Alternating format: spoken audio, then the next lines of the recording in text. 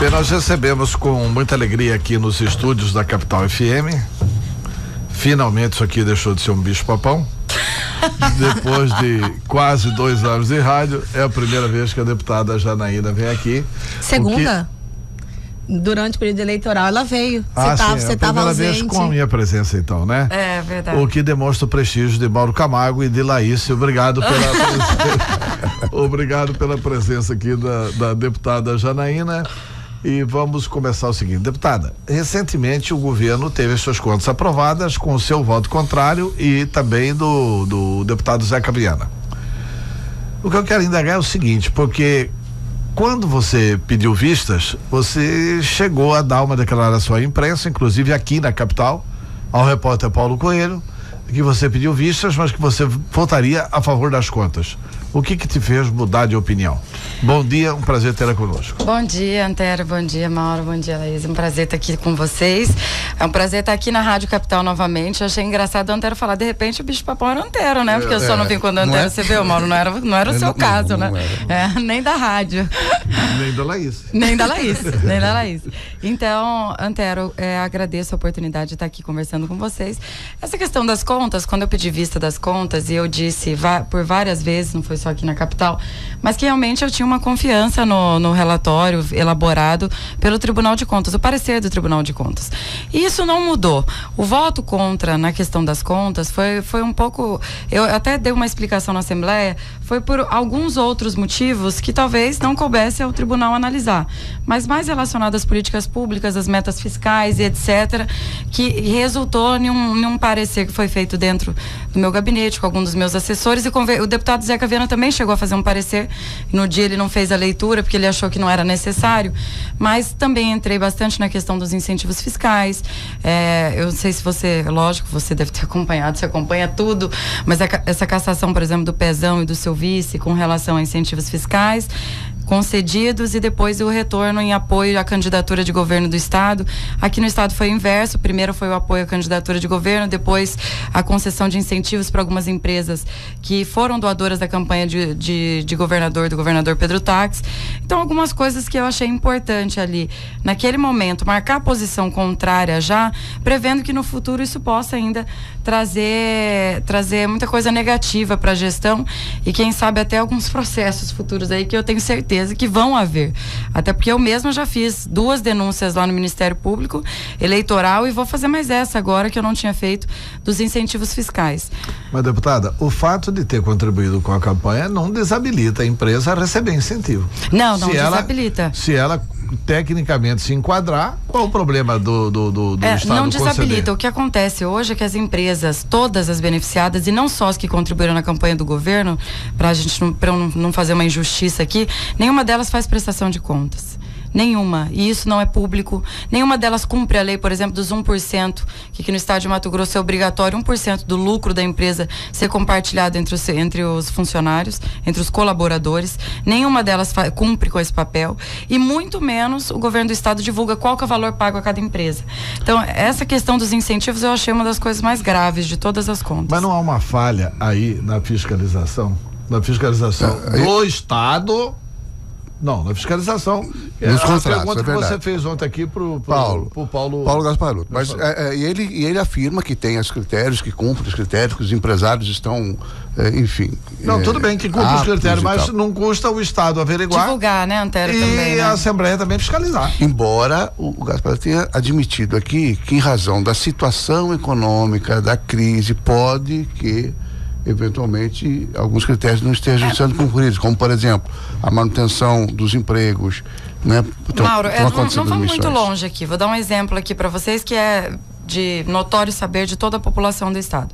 A Bimetal, uma das empresas que recebeu incentivo fiscal em 2015, fechou as portas, demitiu muita gente, está em falência a empresa, ainda tem alguns funcionários, tem, mas quer dizer, com certeza é uma empresa que não cumpriu com os requisitos, que é você fazer o chamamento de mais servidores, você tem ali essa questão do 1%. Tá bom, e aí, continua recebendo incentivo? Então, agora a empresa, nesse ano, por exemplo, de 2016 e 2017, a gente ainda não tem esses dados para saber, isso não é público. Eu tenho uma tabela aqui. Por que razão não é público? É justamente isso que eu queria saber. Eu já fiz, por exemplo, alguns requerimentos. Coisa assim? Então, eu já fiz alguns requerimentos ao próprio governo do estado solicitando isso. Não, porque é preciso saber o seguinte: se a empresa em recuperação judicial que demitiu funcionários, que fez. Porque uma das contrapartidas é a geração de emprego. É normalmente o emprego, né? Não, mas é isso que o Gaspar está falando. Aí você elimina a poste de trabalho. Por exemplo, a Frigoi tem incentivo? A Marfrig tem, a JBS tem. A JBS tem, quer dizer, é um absurdo. Tem a JBS tem incentivo para quê? Para fechar a planta frigorífica? Tem incentivo. Ela compra a planta frigorífica, prejudica todo o setor da pecuária de Mato Grosso, porque ela compra para fechar. Ela compra para não ter concorrência, tá certo que esse não é um assunto aqui de Mato Grosso, né? É do CAD, né? Essa fiscalização. Mas isso foi apontado naquela CPI que investigou os incentivos fiscais, Antero. Não, sim, foi apontado, mas tá bom, e de prática? Bom, de prática foi encaminhado ao Ministério Público, né? Para que ele faça o papel de... Que é quem cabe. Que é quem cabe investigar e denunciar. Com relação ao Bimetal, eu acompanhei o depoimento de um dos diretores da empresa e pelo que foi dito naquela reunião, continua a receber. Pelo menos em 2016, continuavam a receber incentivo fiscal em plena recuperação judicial. Então, porque também não sei se é um impeditivo. O problema e as questões... É o não cumprimento das metas, né? É que precisa ver como é que é. Mas é isso que o Gaspar se referiu ontem aqui. Porque há uma situação conjuntural que muda toda a questão econômica e às vezes é obrigada a empresa a tomar medidas, né? E que sem o incentivo ela acaba efetivamente quebrando. Eu até ouvi um pedaço ontem da entrevista do Paulo Gasparotto e eu comentei com vocês na hora que eu cheguei. Eu vi quando ele falava dessa questão da demonização e etc, dos incentivos fiscais.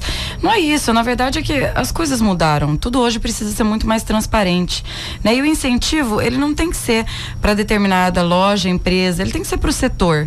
Então, eu acho... Que, aliás, é o que era na época de Dante Oliveira. Exatamente, né? Não puxando aqui a sardinha do Dante, que eu sei que era amigão do Antero. Eu, quando conheci Dante, fui com o Antero candidato a governador. Foi o melhor da nossa geração. Foi, não, sim. Dante, na nossa geração não teve. O Dante será insuperável nesta geração. Não, eu acredito que sim. Tomara que minha netinha supere ele, mas... Tomara. O Dante é tão bom que não tem como deixar sucessor. Eu sou herdeiro de Dante. Mentira. Não existe. Leonardo aí, herdeiro de Dante. Alto lá, né? Dante se revira. Ele é muito grande. Não. Eu vejo que isso perdeu sentido na questão dos incentivos. E aí, quando você vai procurar essa transparência e essa publicidade que deveria se dar, afinal de contas, é uma renúncia fiscal, né? Então, isso deveria ser público. A gente deveria saber valores e deveria acompanhar se existe. Porque o incentivo deve ter uma explicação de continuidade. Eu estou imaginando aqui que possa ter alguma coisa a ver com sigilo fiscal, né? Que é uma possibilidade, mas eu acho que a gente precisava ver mesmo isso. Por quê? Por razões. Que números são esses, né? E outra coisa, Mauro, nós temos algumas empresas aqui dentro também que foram capa, inclusive da revista Forbes, que com maior lucratividade do que bancos, por exemplo. A Amage, a ADM, a Bung, a BR Foods, todas recebem incentivo fiscal também do Estado. Então talvez sejam empresas que não tenham essa necessidade toda, seja a hora de nós voltarmos os olhos para os menores que realmente precisam de incentivo. Sabe? Então, eu acho que essas pessoas precisam ter oportunidade, talvez não tenham uma voz que os represente com tanta força, né? Não apoiem campanhas eleitorais e etc. Não tem alguém aqui que faça. Na verdade, eu acho que todo o setor produtivo recebe incentivo. A partir do instante que o Estado... lógico que recebe.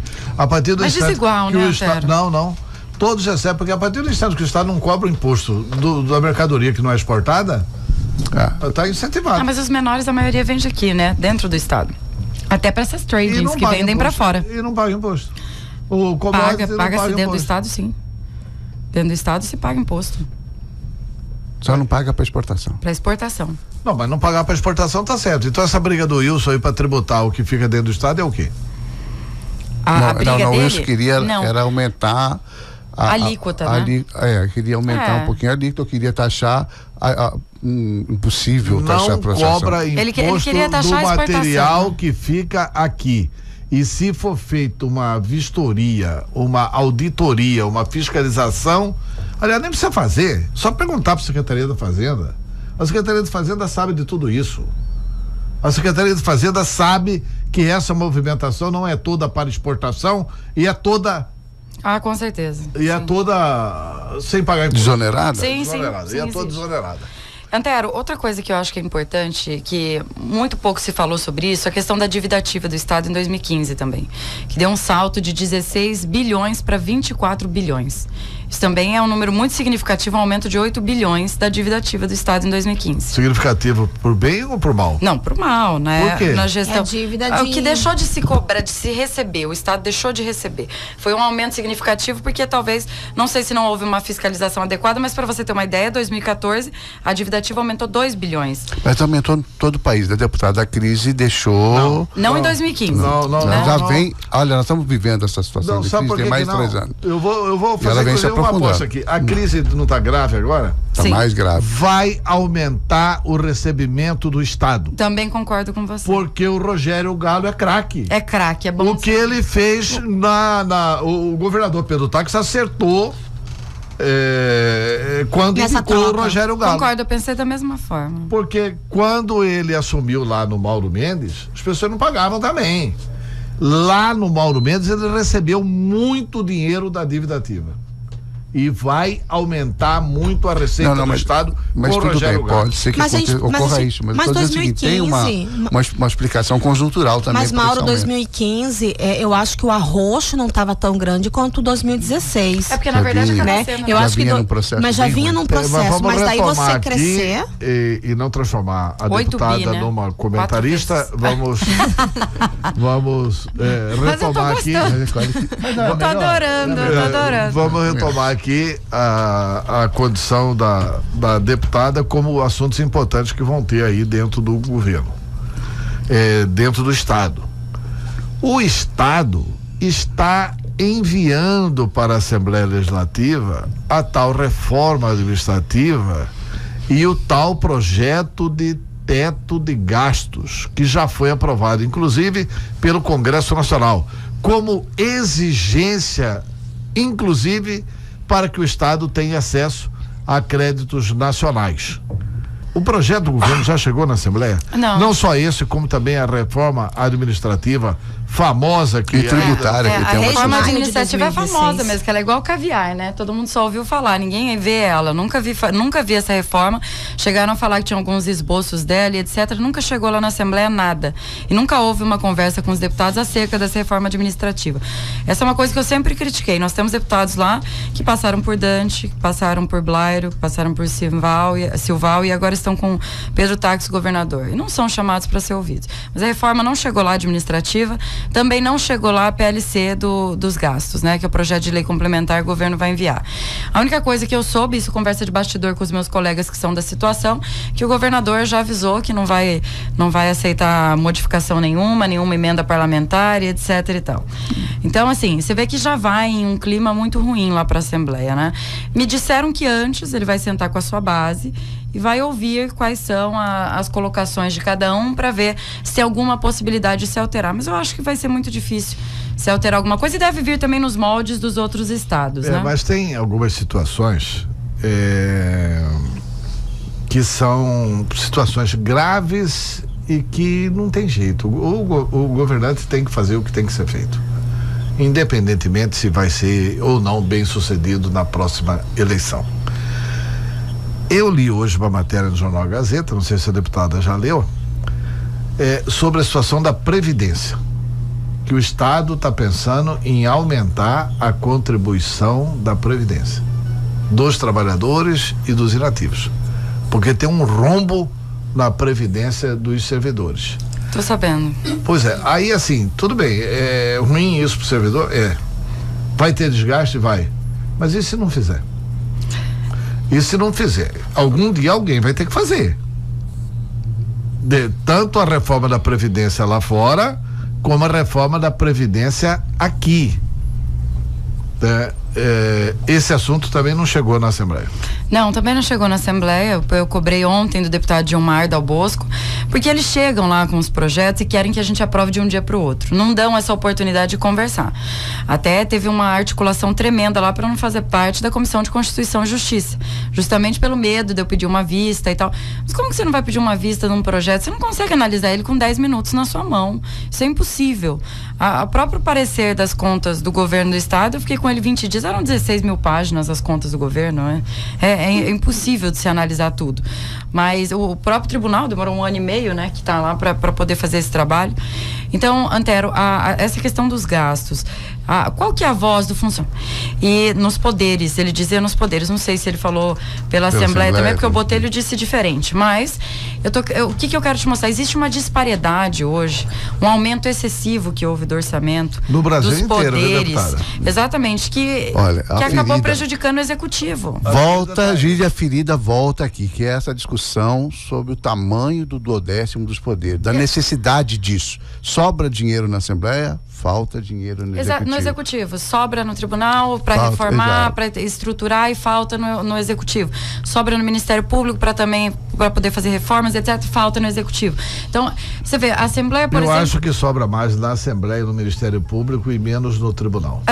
Talvez sim, porque o Tribunal tem uma rede muito maior também. Uma prestação judicional é muito grande. Né? Não, assim, sem nós queremos desmerecer nenhum poder. O que nós estamos falando aqui é que sobra, vamos dizer assim, que o cobertor está maior para os poderes do que para o Executivo. Deputada, a senhora não acha que está na hora do parlamento ter essa discussão? Porque assim, eu não acredito que em sã consciência o governador Pedro Taques está dizendo, olha, não dá para pagar a região integral, não dá para fazer não sei o quê, tem que cortar. Eu quero ser malvado. Tem que nivelar. Porque é malvado e não quer voto. Não acredito, pô. Não é uma coisa, seria uma sandice, na verdade. Mas Mauro... Então, assim, a gente sabe que o Estado vive uma situação de crise grave, de fluxo de caixa, com dificuldade de arrecadação, embora apareça de vez em quando excesso de arrecadação em determinado mês e tal, né?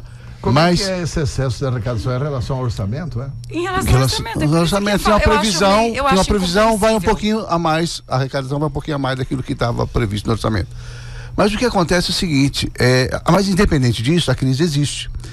Então, quando você fala, por que a Assembleia não discute essa questão? Tem 140 milhões em caixa, tem não sei quanto para receber, tem não sei o quê, só deve isso aqui.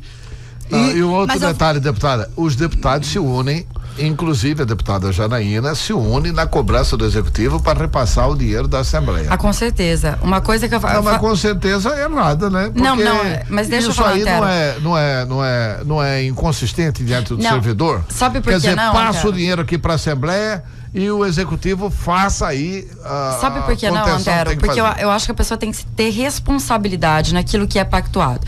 Uma vez que o governo colocou isso como dentro da LOA e da LDO, ele tem que fazer esse repasse. E justamente por isso que eu falava tantas vezes que eu achava. Às vezes eu falei, por que nessas reuniões dos poderes não se rediscute essa questão dos repasses? Falei por várias vezes para o presidente, nas reuniões com funcionalismo, porque eles tinham que fazer essa discussão. A Assembleia não é papel da Assembleia da Ambulância. Não é papel da Assembleia ficar devolvendo dinheiro para o Executivo. A Assembleia esse ano, pelo que eu ouvi falar, tem possibilidade de devolver 100 milhões de reais. Ué, mas isso é um absurdo, é isso que eu tô te falando, mas isso tem que mudar. O absurdo é a Assembleia receber 100 milhões a mais. Mas exatamente, é receber a mais e ter depois ter que fazer essa devolução. Por que não faz então uma conversa por que com o servidor o governo não tem essa preocupação de tomar medidas impopulares, com a Assembleia, com o TJ, com o MP, o governo tem? Deputada, deixa dizer só o seguinte, o que é Estado? Quem que é o responsável pelo Estado? Porque as pessoas que nos ouvem, inclusive, têm a mania de confundir Estado como sendo poder executivo. Não é. Não é. O Estado é a governança do Executivo, do Legislativo e do Judiciário. Com certeza. Inclusive, o Tribunal de Contas e o Ministério Público não há poder coisíssima nenhuma. Não. São tratados como tal. Eu vejo a Assembleia, olha, porque teve um TAC com o Ministério Público, o Ministério Público recomendou. Então, assina a Assembleia um TAC com o Ministério Público para pedir para o Ministério Público não ter direito a 3 férias com 100%. Enquanto o trabalhador recebe. Pois é, e por que não muda essa lei na Assembleia? Então, agora você chegou num ponto. Qual que é a questão do funcionalismo público estadual, que são a maioria do Pois é, mas executivo? só para concluir. É justamente isso que eles se indagam. Por que existe tantas benéficas para os poderes e para eles não? Pois é, por que o Estado, e aí eu não estou me referindo só ao executivo, por que o poder de cortar gastos, a necessidade de cortar gastos é exclusivamente do governador? Esse que é o chefe problema. do Poder Judiciário fala, não tenho nada com isso, eu vou dar o aumento aqui. Eu assisti ontem uma entrevista brilhante, recomendo a quem tem Globo News em casa para assistir a entrevista extraordinária do governador do Espírito Santo, Paulo Artung, que é uma crise lá fantástica. Só que lá ele não deve nada para ninguém, não tem salário atrasado, não tem salário compartilhado, não tem salário dividido, escalonado, não tem salário escalonado, mas só que lá ele fez o seguinte, ele falou, eu fiz a reforma aqui cortando gasto e não aumentando receita. Agora, Antero, eu não quero aumentar imposto, eu quero cortar gasto. Agora, porque a sociedade não aguenta mais isso. Por que não é obrigação dos dois chefes de poderes? O Botelho é chefe do Poder Legislativo. O desembargador Rui Ramos é chefe do Poder Judiciário, é líder do Poder Judiciário. E o governador Pedro Taques, por que não senta e faz também um projeto? Porque judiciário é bom para julgar processo. Administrativamente eles têm muito que aprender a fazer, inclusive, essa questão de controle de gastos. Por que não faz um esforço para isso? Mas eu sei que isso é poesia, porque no Brasil as pessoas olham a árvore, o cara quer ver o problema dele e não se importando com a... Mas assim... Mais importa a dor de dente do que a fome da Biafra. Mas, Antero, vamos só uma colocação que eu gostaria que a deputada também comentasse, com relação, por exemplo, vamos pegar o ano de 2015, quando começou a gestão, né?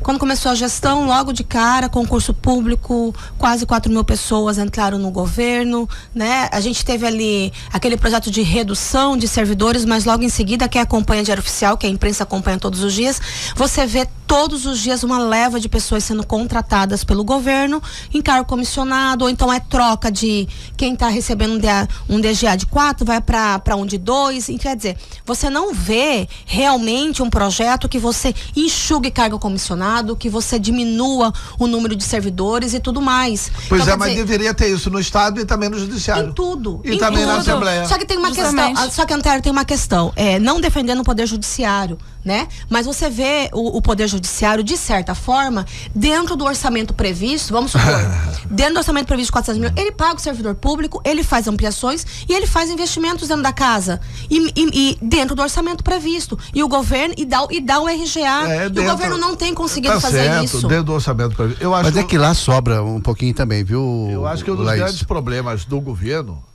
é não ter uma base política na Assembleia comprometida com o ajuste do Estado. Porque assim, se quiser votar na Assembleia que o orçamento da Assembleia vai ser reduzido, vota.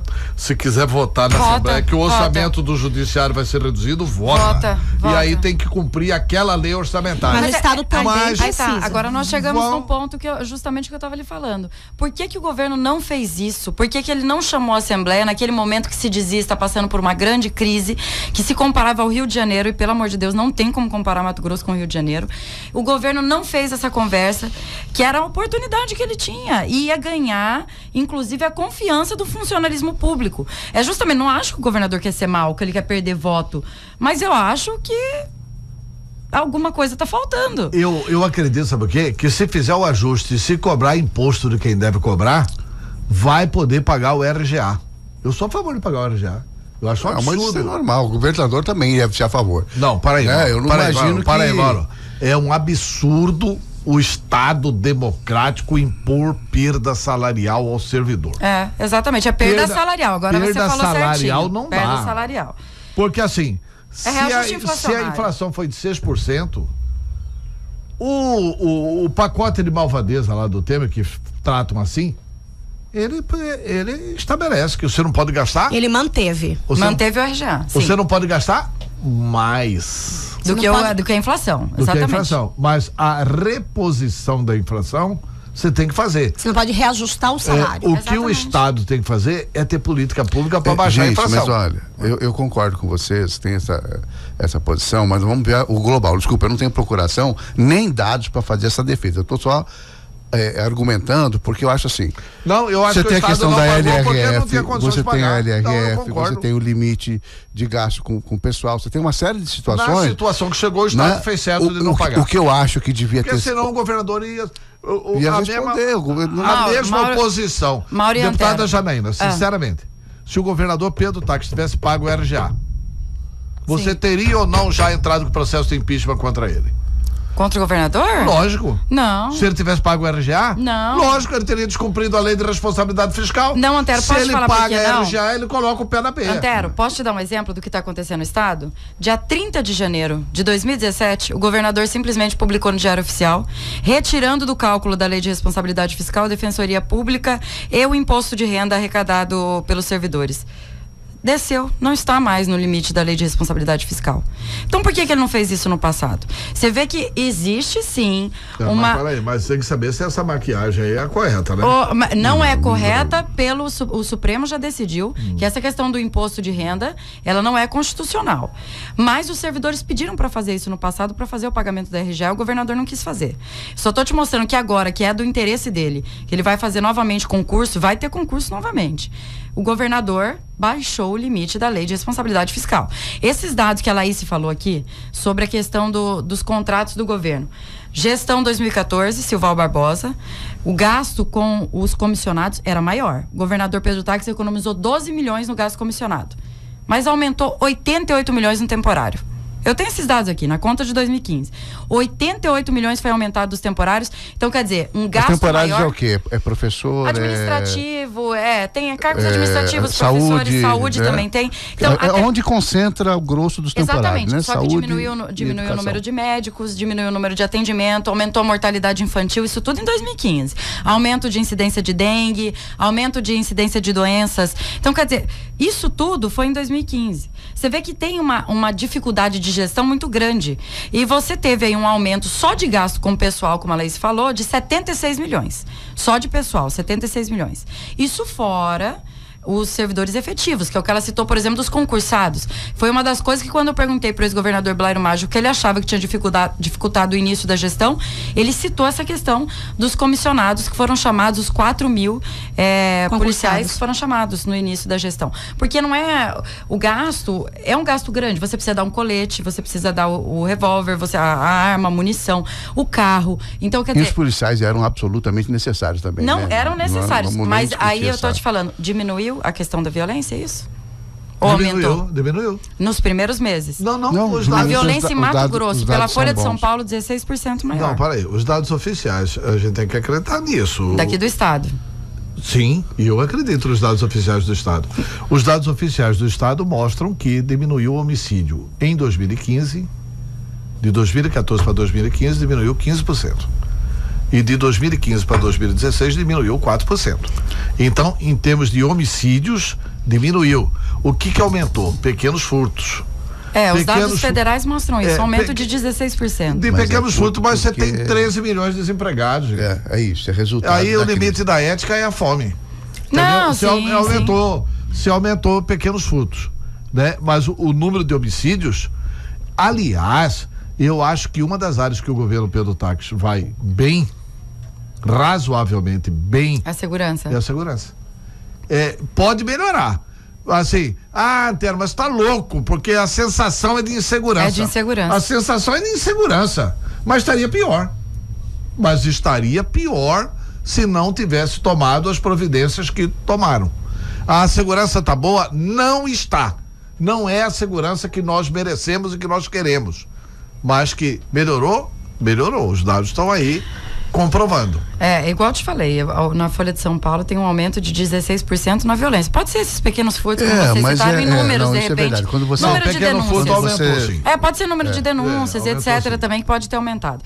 Mas agora, você falando com relação ao Estado, você não tem nem a polícia civil, nem militar está contente hoje com a situação dentro do Estado, mesmo chamando mais. Eu vi uma matéria. A estrutura é muito ruim. Eu li as delegacias estão caindo na cabeça das pessoas e delegacias fechando dentro do Estado, né? Então, isso aconteceu em Jauru, isso aconteceu em outras regiões. Então, assim, eu não sei, na minha opinião, a gestão é ruim, eu acho a equipe do governo ruim. Não é porque é de oposição, não. Não, eu vejo defeito também, que houveram vários na gestão passada. Tem muita coisa também que o governo é bom. Acho que o governador é comprometido mesmo em tentar resolver essa questão da corrupção dentro da gestão e tal. Até por isso que às vezes amarram um pouco as coisas no governo. Os secretários têm um pouco de receio em atuar. Mas não dá para ficar só nisso, né? As pessoas querem a atividade fim. Elas querem ver o professor dando aula numa escola de qualidade. Você vê, eles não conseguiram colocar os ar-condicionados das escolas, Antero, que foi comprado na gestão do Silval. Nem sei se esse ar-condicionado presta mais. Acho que foi o Ministério Público de Alta Floresta, eu vi ontem, pediu uma auditoria em 10 escolas públicas estaduais da região para saber por que os ares estão nas caixas e não estão nas paredes. Porque não tem instalação. A maioria, porque o governo não fez a instalação. E aí vai perder esses ar-condicionados. Entendeu? Algumas escolas é porque estão condenadas, não tem nem como fazer a instalação. Mas você vê, vai perder esses ar-condicionados, não vai fazer a instalação e aluno passando calor. Eu falei até, o pessoal colocou algumas pessoas de fora, mas ar-condicionado, falei, gente, vocês não moram em Mato Grosso, é 47 graus, 42 graus, as crianças cozinham dentro da sala. A sensação térmica é terrível, né? Não tem aprendizado. Eles não são pais aqui, né? Não são pais aqui, aí é bom, fácil falar, né? Tá, agora, deputada, eu li uma matéria no site O Livre que fiquei intrigado, achei muito esquisita a matéria. Do que era? Ela fala que aumentou o número de servidores de 44 para 77 mil. Do que? O número do quê? Servidores. Eu não sei se é comissionados e tal. Tem um número lá muito esquisito. Na verdade, eu sei o que é isso aí. Isso aí, agora, será que eu vou agir de advogado do governo agora? Nossa, que posição difícil. Não é advogado. Tô brincando. Não, eu tô brincando. Na verdade, faz bem a posição. Não, lógico. Não. Na verdade, é porque essa questão foi por causa dos professores que eram terceirizados e encaixaram aí nessa questão de servidores depois como se fossem temporários. E esse aumento parece que foi de aproximadamente, só nisso aí foi um aumento de 20 e poucos mil, se eu não me engano. Então tá bom. Servidores. Então esse número não é muito maior, não. Essa, aliás, viu, deputado, é outra discussão, Antero, essa coisa dos temporários. Essa coisa de exigir concurso público para todas as áreas, às vezes é absolutamente inviável. Saúde é complicado, educação é complicado. Tem uma série de fatores que obrigam o Estado a manter as escolas funcionando. Não tem como fazer concurso público com esse volume. E ainda tem o projeto do Bezerra, né? Deputado. E aí, deputado? Agora a senhora vai ter que passar por isso. Por favor. A senhora vai apoiar o projeto de licença TPM? Como deputada, a única mulher na Assembleia Legislativa. Você acha do projeto do Bezerra? Até me perguntaram em alguns sites e eu falei sobre essa questão. Primeiro, vamos tirar o chapéu. Fez o melhor projeto que que qualquer parlamentar queria fazer, que é o projeto das domésticas. Assim não, ele entrou pra história, então, nunca mais tira dele. Posso falar uma coisa? Ontem, ele estava atendendo lá no meu gabinete à tarde. E sabe uma coisa que eu aprendi dentro da minha casa? Eu respeito muito a história política, né, das pessoas. E ele estava lá ontem, o Bezerra. E eu ouvi muito, conversei muito com ele e falei sobre essa questão desse projeto. Aí ele falou pra mim, falou assim, Janaína, você vê como um projeto, assim, bobo, mas que deu uma repercussão nacional gigantesca, provocou uma discussão que era, na verdade, o que ele queria. O Bezerra tá na boca hoje do Brasil inteiro. Mas o Brasil na boca só explicando o projeto. Não, eu posso te falar? Vamos explicar o projeto, só explicando, porque senão ouvinte talvez não sabe. Louco. O projeto do Bezerra é o que dá licença também pra mulher, né? 3 dias. 3 dias de licença pra mulher quando ela todo mês. Todo mês, quando ela estiver menstruada. Não, quando ela tiver com atenção pré-menstrual. Atenção pré-menstrual. Olha, Antero, não defendendo as mulheres, mas já fazendo a defesa. Portanto, eu defendendo o Bezerra, tá aqui. Eu conheço. Alô, Bezerra, ouça a Laís aí. Eu conheço. A Laís vai gravar um depoimento. Eu não tenho problema nenhum com cólica, nada disso. Nunca sofri desse mal. Só que eu conheço pessoas que vão parar no hospital. Tudo bem, mas para isso tem atestado médico, não precisa institucionalizar uma questão. A mulher já é tão discriminada, já tem problema de diferenças salariais absurdas no mercado de trabalho, não é? Sim, Mauro, e aí você cria mais uma situação que dificulta a mulher a entrar no emprego para a mulher. Se bem que seu discurso não vale, que a mulher já tem negócio. Eu fui um dos autores da emenda da licença maternidade de 120 dias. Exatamente. Não, mas é outra coisa. E as pessoas falam... Não é outra coisa, Mauro. Na época falavam isso. Esse era o discurso da época. Olha, as mulheres não mais vão ser empregadas. Conversa fiada. Hoje a licença está indo para 6 meses. E as mulheres os homens já têm licença também agora, né, Antero? A sociedade evolui, Antero. O que eu quero dizer é o seguinte, tem certas coisas... Passou por essa evolução. Eu acho que pode ser que isso aconteça. Não, pode ser que isso aconteça, porque isso aqui é lei, de Suécia, né? Vamos falar a verdade. Nós estamos no Brasil. Não, esse tipo, você tem que ter um lastro... de país de primeiríssimo mundo, não tem como você ter benefício social dessa dimensão. Mas e aí, como foi? O que você falou pro Bezerra? Então eu falei pro Bezerra. Não é também o meu caso, como a Laís falou. Mas tá aqui, por exemplo, a minha assessora, a Laura, e a Laura passa mal mesmo. E a Laura adorou o projeto do Bezerra. Então, tem muitas mulheres, Antero, que se sentiram representadas por ele. Agora, outras, como é o meu caso, vou te dar um exemplo. Como sou a chefe dentro do meu gabinete, certo? Eu sou a deputada. As minhas secretárias, elas podem até tirar esses 3 dias. Eu não tenho condição de tirar. Não tem como eu explicar isso para um prefeito ou um vereador ou alguém. Não tem como. Ainda bem pro governo que você não tem TPM. A pessoa ser irritada lá. Eu acho... eu até tenho a TPM, mas não passo mal. Acho que esse é o problema do governo, que eu vou mesmo ruim, entendeu? Então, Antero, eu vejo assim que a Laís falou uma coisa que é uma discussão muito interessante, como foi a da licença maternidade, só que eu também concordo que nós brasileiros ainda não temos maturidade para um projeto como esse. Muita gente tiraria proveito, como é o caso que a Laís falou, tem mulheres que têm, mas muitos não têm essa consciência de que esse projeto seria para beneficiar justamente essas que têm esses problemas, que têm enxaqueca, estabelecer 3 dias a menos de trabalho remunerado, né, para as mulheres. Isso não adianta, entendeu? Nesse momento cria um problema. Você já vive uma situação de crise, você vive todos eu concordo com você vai avançando em algumas coisas, mas eu acho que o Bezerra tá avançado demais, inclusive para a idade dele, né? Eu acho que ele tá avançado. Eu acho que ele tá com uma mentalidade que o Brasil deveria ter. É a minha avaliação. Eu acho que ele tem uma mentalidade que o Brasil deveria ter. Claro que no momento de crise, onde o salário é complicado para você pagar para o seu funcionário, ficar 3 dias sem funcionário em casa é ruim. Mas eu acho que essa mentalidade do Bezerra é uma mentalidade que os políticos e a sociedade precisa começar a visualizar. Porque não é fácil para uma mulher ir trabalhar com dores, ou não é fácil para uma mulher com 2 meses deixar o filho numa creche. Eles não sabem o que é isso. Eles não sabem o que é isso. Meu chefe, ele é sensível, a Antero é sensível, eu sei disso. E ele compreenderia. Ele vai entender quando ela ensinar. Bom, Antero, você já viu que ela reivindicou a licença TPM, né? 3 dias por mês, você não tem produção aqui no programa. Falou que não tem. Não tenho esse problema. Tá registrado já. Olha, eu quero dizer o seguinte, eu comecei esse debate achando que o Bezerra tinha feito uma grande bobagem, mas com 2 testemunhos aqui no estúdio. Você viu só? Eu tô achando que o Bezerra, mais uma vez, acertou. Acertou? É a experiência do Bezerra, né? Mas, deputada, infelizmente, rádio é tempo, nós temos que encerrar, mas eu não posso encerrar sem lhe fazer uma pergunta. Sim. A deputada Janaína Riva é candidata aqui, a reeleição. 2018. A reeleição. É porque foi publicado na semana passada que você seria a deputada federal. Não, reeleição, candidatura estadual, reeleição. Eu tenho um amigo também que ele é marqueteiro muito bom, não sei se você conhece, Antero Paz de Barros.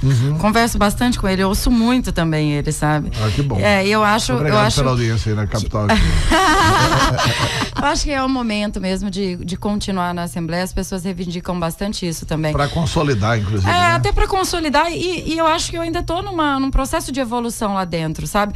Eu não sei se eu vou melhorando lá na Assembleia, mas eu senti uma grande diferença 2015 para 2016 no meu trabalho como parlamentar lá dentro. Você começa a pegar como amadurece, aprende. Igual né? Eu te falei agora há pouco, falei, olha, uma comissão que eu nunca gostaria de deixar de fazer parte da CCJ. Está sendo injusto dizendo que você envelheceu. Você amadureceu, bem. Ele falou envelheceu, eu não acredito. Eu falei, amadurece, né? Isso é intriga da oposição. Deselegante. Eu sou um cavaleiro, deputada. Você pode ficar tranquilo que... Deputada, muito obrigado pela sua entrevista. Eu quero agradecer vocês, dizer que o tempo parece que foi tão curto, não deu pra gente falar praticamente nada. É rapidinho. Não, a gente conversou só uma hora e não falamos quase nada. É só para posicionar uma coisa que acho que as pessoas às vezes confundem, ficam muito incomodadas. Oposição faz bem em qualquer lugar. Oposição é uma obrigação. A sociedade não é unânime em tudo, a sociedade diverge o tempo inteiro, né? Os diversos setores da sociedade têm visões diferentes. E a oposição é importante, porque ela promove o debate, promove a discussão, faz bem para a democracia, faz bem para a sociedade. Né? Não quer dizer que você tenha que, porque tem oposição, tem que segregar, não é correto. Então, acho que a senhora faz bem o seu papel, foi eleita para ser oposição, tem que fazer oposição, não tem outro caminho, não é? E os deputados do governo têm que defender o governo, aí essa que é a função.